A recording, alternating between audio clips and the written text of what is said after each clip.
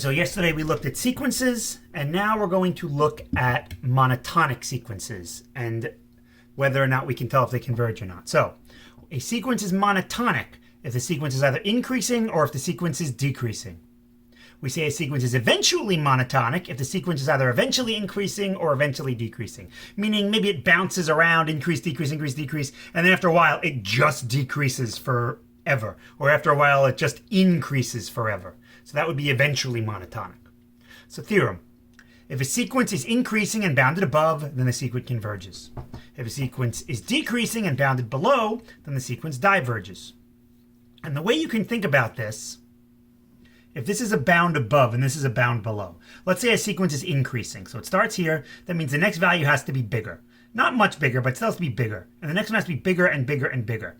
It's going to go up, up, up, but if it's bounded, it can never get above this line, which means eventually it's either going to hit this line, at which point the rest of the sequence will just be the same, but then it wouldn't be increasing. So it's going to get really close to this line and just keep going up, almost like an asymptote. And that means that our sequence will eventually approach or converge to the value of whatever this is. The same thing with decreasing. It's almost like asymptotic behavior. In fact, it is asymptotic behavior, except these aren't functions, so we don't talk about asymptotes. So just some examples. One, we'll state if the sequence is monotonic. If it is, we'll show that it's either increasing or decreasing using the theorem from yesterday. We'll find a bound, and remember, if something is bounded above, it could have an infinite number of bounds. So like, for example, 1, 1/2, 1/3, 1/4, 1/5, 1/6, 1/7, that's decreasing and is bounded below by 0. It's also bounded below by -1/2, -1, -2, -3, because all those numbers are less than every single term in the sequence. So they're all bounded below. So I only need to find one value. Most of the time I'll pick the best, I don't want to say best, but like the limit value. But just be aware that as long as we can show or prove it's bounded below or bounded above, then it doesn't have to be the actual limit value. So as an example, is this monotonic or not? Well, one way to find out is to do what we did yesterday. This is, first part, and to see if this is increasing or decreasing. So one way is to examine what happens if we look at the n plus first term and the nth term. And remember, if this is greater than 0, then that means the function increases. If this is less than 0, that means the function decreases. So I think we did this yesterday. If I multiply this by n plus 1 over n plus 1, if I multiply this by n plus 2 over n plus 2,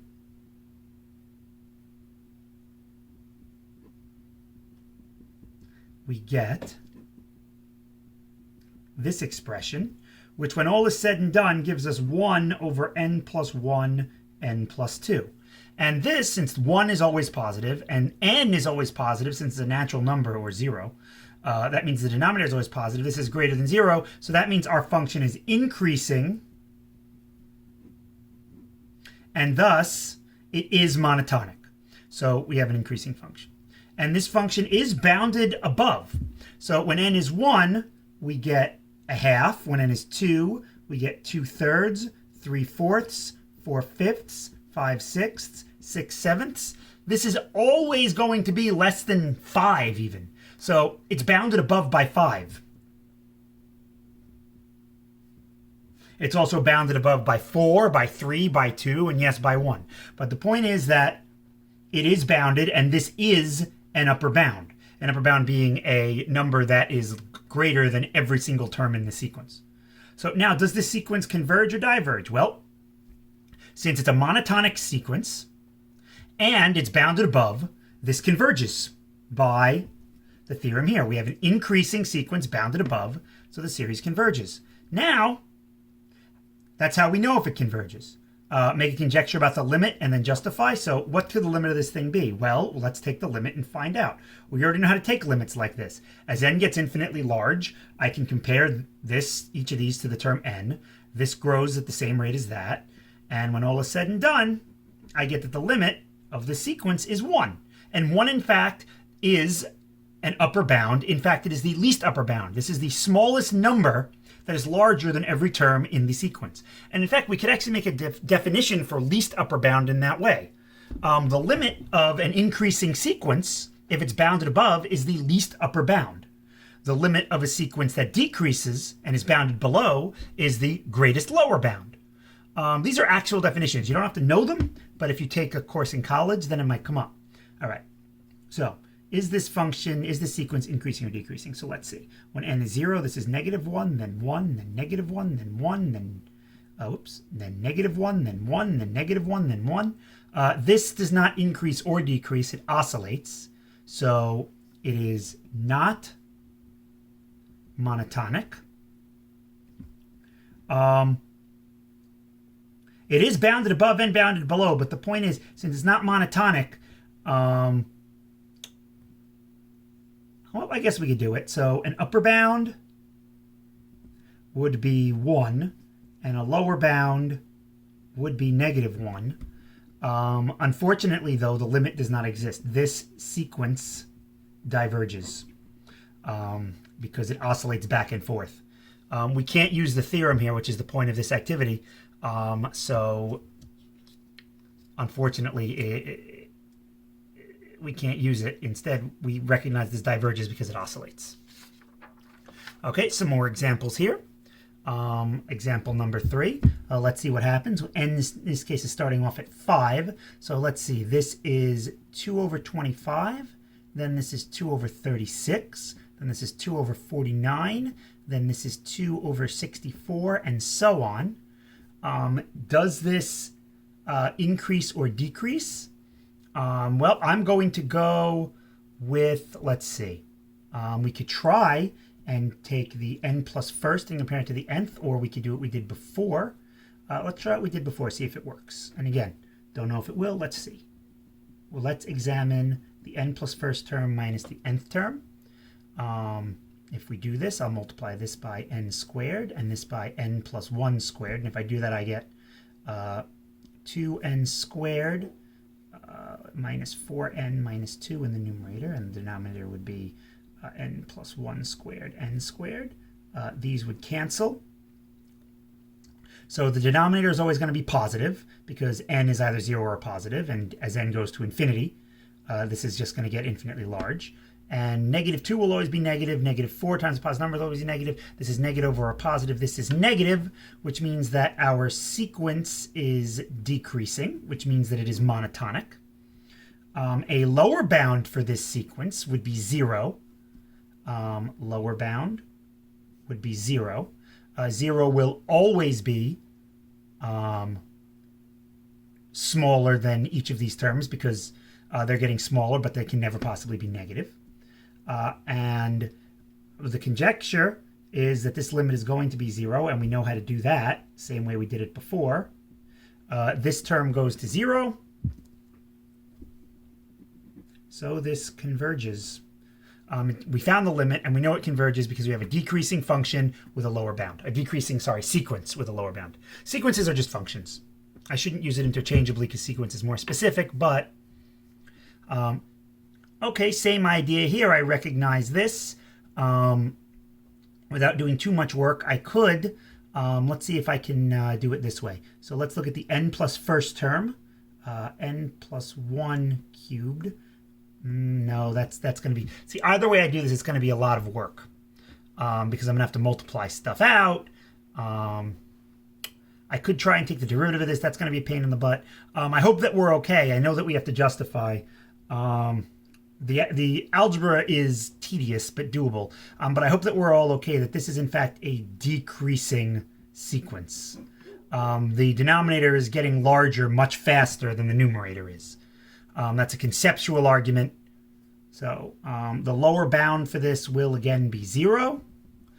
And if I look at the end behavior of this, I know that this is going to be 0 because this is really 0 n to the 4th. 0 over 1 is 1, going all the way back to the beginning of the year. This converges. I know it converges because I have a decreasing sequence with a lower bound. And then thus I can find that it converges to 0. Okay, this one's actually kind of interesting because this sequence actually isn't what you think it is. So sine of pi is 0. So 0 over 1 is 0. Sine of 2 pi is 0, so 0 over 8 is 0. Sine of 3 pi is 0, so 0 over 27 is 0. So this is not a decreasing or an increasing sequence. This is actually a constant sequence. It's not monotonic. It's not increasing, it's not decreasing. And a constant sequence, the limit of a constant sequence is just the constant itself. A lower bound and an upper bound for this would both be 0, because all of these values are less than or equal to 0 and greater than or equal to 0. So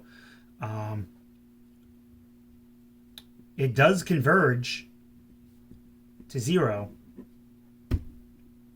because it's just a constant. Let's see. Problem number 6. This one's interesting. When n is 1, this is -1. When n is 2, this is 1/2, -1/3, 1/4, -1/5, 1/6, -1/7, 1/8, and so on. This is not a monotonic sequence. In fact, this is what is called an alternating sequence because the terms are alternating back and forth, back and forth. It does have an upper bound and a lower bound. We could say that the upper bound is 1 and the lower bound is -1, but that again doesn't really apply because it's not monotonic here. This sequence does converge though. I can find that it converges. I can do this from the squeeze theorem. If you remember, -1 over n will always be less than or equal to -1 will always be equal to 1 over n. And the limit of this guy goes to 0, and the limit of this guy goes to 0, so the limit of this guy has to go to 0. So this does converge, but again, not because it's monotonic. It isn't. But that's another way to tell whether or not the sequence converges. But it is bounded above or below. Okay, now we're getting into some more interesting things. You're going to have to get used to the factorials. Those appear a lot with sequences and series, especially because these are discrete, not continuous. We're dealing with discrete points, and factorial function is only defined for integers or positive integers that we know, natural numbers and 0 actually. So it makes sense to be familiar with this. Okay, so let's see what this looks like. This looks like 10 over 1, and then the next term would be 100 over 2, and then the next term would be 1,000 over 6, and then 10,000 over 24, and then 100,000 over 120, and it's not easy to see what's going on here. So what we'll do is here, we will check and see if this is increasing or decreasing using the second part of the theorem. With factorials, you want to try and divide, because if you remember, n plus 1 factorial is the same thing as n plus 1 times n factorial. This is n times n minus 1 times n minus 2 times n minus 3, blah, blah, blah. If I multiply it by n plus 1, then this becomes n plus 1 times n minus 1 times n minus 2. So if I divide, a lot of times things are going to cancel. So to see if this is monotonic or not, we can check. We'll check the n plus first term, and we'll divide it by the nth term. And dividing it by the nth term is the same as multiplying by its reciprocal. So let's see what this is the same as. I need to see if this is bigger than 1 or less than 1. So let's see, 10 to the n plus 1 over 10 to the n just leaves me with a 10. And n factorial over n plus 1 factorial leaves me with just an n plus 1. So now the question is this bigger than 1 or is this smaller than 1? Well, at the beginning, this is actually bigger than 1 when n is 1, 2, 3, 4, 5. But as n gets really, really, really large, this is obviously always going to be less than 1. It's not true for the first few terms, but again, we don't care about the first few terms. We only care about eventually. And as long as n is greater than 9, we know for a fact this will be a decreasing sequence because each of these terms, these ratios, is less than 1. That means that the next term is going to be smaller than the previous term, because I'm dividing something smaller by something bigger, is how I'm getting less than 1. So I know that this is decreasing by the second part of the theorem from yesterday. Just by looking at these, I see that this is decreasing. A lower bound for it, again, would be 0. I can see that because these will never be negative and they are getting smaller. So by the theorem on the first page of today's notes, this converges. Now, what does it converge to? And if you guessed 0, you would be correct. The problem is, how the heck do you show that? And the answer is, Well, right now we really don't have a nice way of showing that, except conceptually. So you have to ask yourself, what's growing faster, 10 to the n or n factorial? Well, it looks like 10 to the n is, because let's say when n is 5, here I've got 10 times 10 times 10 times 10 times 10. The bottom, all I have is 5 times 4 times 3 times 2 times 1. And that really doesn't look like, you know, it's going to 0.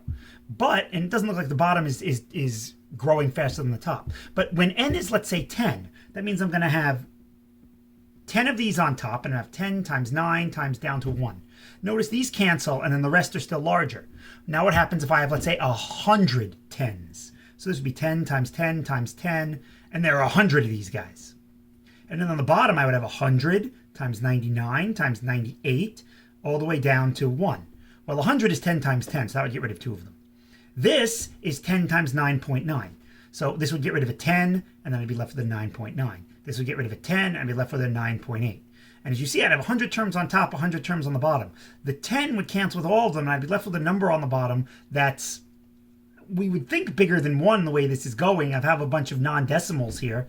If not, if I had 1,000 of these, then absolutely the bottom would be bigger. So the justification for this, at least for now, is that factorials grow faster than exponentials. And for now, that's what we're going to have to go with. If you were to just graph the points of a factorial, they grow. They start growing small, but they grow much, much faster than an exponential. And you could see that, I guess a better way to see that would be maybe with like 3. 3 to the n and 3 factorial. So let's say that n is, let's say, 6. This would be 1, 2, 3, 4, 5, 6. And then this would be n factorial. And then this would be 6 times 5 times 4 times 3 times 2 times 1. So the 3's would immediately cancel. Here I have a 3 and a 2, so those 3's would cancel. And then I have 3, 9, 27, 81, 10, 40. So I've got 81 over 80.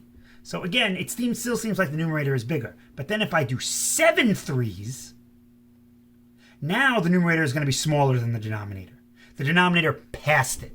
The denominator got much larger than it, whereas prior to that, the numerator was larger, but increasing at a smaller rate. So problem number 8, as you noticed, was starred. I don't have a lot of room on the other page to do it, so I'm going to do it here. So in this case, let's see. When n is 1, this is 9 to the 1, which is 9. When n is 2, this is 25 plus 16 is 41, square root of 41, which is 6 point something. When n is 3, this is 125 and 64, which is 189. This is the cube root of 189. The 5 cubed is 125, 6 cubed is 216, so this is 5 point something. When n is 4, we're getting really large now. That's 625 plus 64 is 689. The 4th root of 689. Oof. So let's see. 5 to the 4th is 625. 6 to the 4th is 12 something. So this is 5 point something, and it's lower than this is. And you'll have to take my word for that. You can put it in a calculator. But they are definitely, getting smaller. Each term seems to be getting smaller and smaller. Now, how could I actually prove that? Well, I could try taking the derivative of this thing. That's not really nice. I can try doing the other tests. There's a reason that this is starred. That gets very nasty very quickly, and there really is no nice way to show that this is monotonic. The only option that we have is to try and find the limit of this thing. And unfortunately, trying to find the limit of this thing is not nice. So if we try and take the limit as n approaches infinity of this thing, we're very quickly going to get stuck. As n goes to infinity, this goes to infinity, this goes to 0. Infinity to the 0 is one of the L'Hopital indeterminate forms. So if you remember, what we did with that was we did ln, and then using the log laws, I brought the 1 over n in front when I took the natural log. I know I skipped a bunch of steps there, but I did e to the ln, pull the limit out of the ln because the ln is continuous for all positive values, which I have here. And then I had ln of something to the 1 over n, so I pulled the 1 over n out. This is now going to infinity over infinity, so I can use L'Hopital's rule. There is a reason this is starred, though, as you'll see. This still does not come out nice. The derivative of the numerator is 1 over this thing times the derivative of the inner, which is 5 to the n ln 5 plus 4 to the n ln 4. And then the derivative of the denominator is just 1. So now if I try and take this limit, I still get infinity over infinity. We could do what we've done in the past and multiply by 1 over the highest powered term of the 1 over the fastest growing term. If we do that, those cancel and we get ln 5 plus, this becomes 4/5 to the n ln 4 over 1 plus 4/5 to the n. All right, as n goes to infinity, this goes to ln 5. This goes to 0. 4/5 is less than 1. If I keep multiplying by itself, it goes to 0. 0 times a constant is 0. This would also go to 0. So this limit in the numerator winds up being ln 5. So this sequence does converge to 5. In fact, it is a decreasing sequence. It's monotonic, and it is bounded below by 5. Very difficult to show that. And you can see even doing with this, we still have to kind of pull one of those theorems back from, and one of the more obscure ones back from earlier in the year to do this. But this does converge. So that's problem number 8. Let's look at problems 9 and 10. Here we go. Cover that up there so that you know what I can do. Hold on a second. This way it appears in the camera. So problem number 9. There is no 10. Problem number 9. In other words, this sequence is a sequence of sums. So what this is doing is first it wants to know, okay, the first term is 3/10, then it's 30 hundredths and 3 hundredths, or 0.33, then it's 0.333, then it's 0.3333, and so on. Or in other words, in this case, our function is actually a summation, which is kind of interesting. So first of all, is this increasing or decreasing? Well, looks like it's increasing, but ever so slightly. So how are we going to show that this increases, especially with the way this is? Well, what we can do is we can use our general term. So what we'll do is we'll look at the n plus first term, and we'll subtract from it the nth term. And if this is positive, then we wind up with an increasing sequence. So if you remember, and one of the reasons that we did induction last year, this is the same thing as the summation from 1 to n of this, plus the very last term, which is 3 over 10 to the n plus 1. And then I would just be subtracting from that. So right here, all that I did here was I said, oh, okay, this is the first n terms I'm adding up, and then just peel off the last one. Because this is really 1 to the n plus first. It's 1 plus 2 plus 3 plus 4, dot, dot, dot, plus n plus 1. This goes from 1 to n, and then there's the n plus first. And you notice when we do this, these two terms are the same. So this just winds up being 3 over 10 to the n plus 1. And n is always going to be 1 or higher. This is positive, which means this is increasing. It's monotonic, and this is increasing. So that's kind of cool that we can do that. Summations have that nice property, as you remember from induction. 2, is it bounded above? Oh yeah, it's bounded above by 1. This will never get bigger than 1. Note that it starts at 0.3, and then I'm just adding terms that are always smaller and smaller and smaller and smaller. In fact, this never gets above 0.4 even. Or even 0.335. So a lot of things it's bounded above. And since it is increasing and bounded above, we know from the theorem on the first page that this converges. Now, what does it converge to? And that's the interesting thing. That's the really cool thing. Because this actually converges to 0.3 repeating.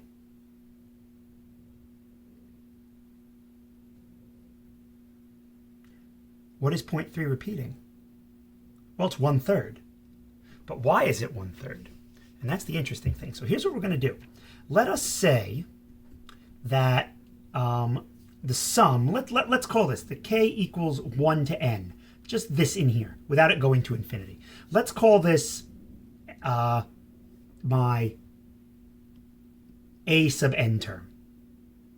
Okay, and what is this really? This is just, each time it is 3 over 10 plus 3 over 10 times 1 over 10 plus 3 over 10 times 1 over 10 squared plus 3 over 10 times 1 over 10 cubed plus dot dot dot all the way up to 3 over 10 times 1 over 10 to the n minus 1, because I'm only going up to n. And the last term would be, I'd be adding 3 over 10 to the n of them. And so it would look like this. In fact, if I wanted to, I could just do this. Now, to make life easier, I could do this as 3 times 1 over 10, and then 3 times 1 over 10 squared, 3 times 1 over 10 cubed, 3 times 1 over 10 to the fourth, and then the last term would be 3 times 1 over 10 to the n. This way I don't have to deal with the minus 1 in the exponent. It is a little better. So from this, I'll get rid of the middle thing here. This is just 3 times 1 over 10 plus 3 times 1 over 10 squared plus 3 times 1 over 10 cubed plus dot dot dot plus 3 times 1 over 10 to the n. Right? Right. So here's what we're going to do. We're going to multiply both sides of this thing by 1 over 10.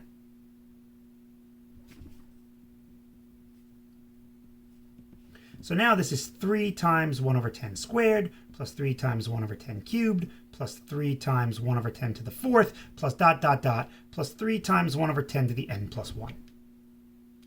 And now I'm going to subtract them. Here I've got 1 a sub n, here I've got 1/10 of an a sub n. If I subtract them, I get 9/10 a sub n. And on this side, if I subtract them, well, they have all these terms in common up to the last one. The last one they don't have in common on the first one. So this would be 3/10 minus 3 over 10 to the n plus 1. And now if I multiply both sides by 10/9, I get that the 10s would cancel here. I have 3 over 9, or 1/3. And then here, the 9 would cancel again. And in the denominator, since I'm multiplying by 10, one of them would cancel.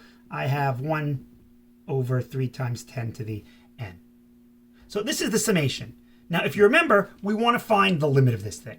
So if I want the limit of this term, if I want the limit as n approaches infinity of this thing, k equals 1 to n of this, then that's the same thing as just taking the limit as n approaches infinity of a sub n, which is this thing. So what is the limit as n approaches infinity of 1/3 minus 1 over this? Well, as n goes to infinity, this guy gets infinitely large. This whole thing goes to 0. So this whole thing converges to 1/3. And that's why 0.3 repeating is equal to 1/3. And if we wanted to, we could, with the same argument, show that 0.9 repeating is in fact equal to 1. But maybe we'll save that for another time, or a take-home test. Who knows? Anyway, I'm getting tired, it's late, so this is going to get the Cetron seal of approval, and since it is late, it is going to get the Cetron sleepy seal of approval.